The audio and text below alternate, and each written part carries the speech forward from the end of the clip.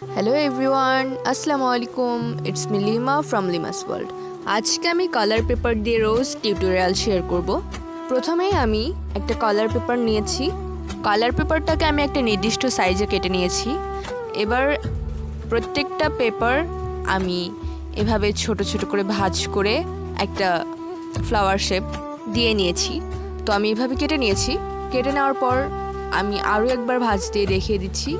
তোমরা একটু খেয়াল করলেই বুঝতে পারবা আমি কিভাবে এটাকে কাট করে নিচ্ছি। তো যেমন দেখতে পাচ্ছি স্ক্রিনে, আমি ঠিক এভাবেই কাট করে নিয়েছি। 5 থেকে 6 পিস একটার পর একটা গ্লু দিয়ে সেট করে নিয়েছি। তোমরা স্ক্রিনে যেমন দেখতে পাচ্ছ ঠিক এভাবে আমি সেট করে নিয়ে একটার পর একটা বসিয়ে দিয়েছি। এখানে আমি ফেভিকন গ্লুটা ইউজ করেছি। এবার গ্লুটা সেট হওয়ার জন্য 5 থেকে 6 মিনিট আমি রেখে দিয়েছি। And this is the final look. তোমাদের কাছে ভিডিওটা কেমন লেগেছে অবশ্যই কমেন্টে জানাও।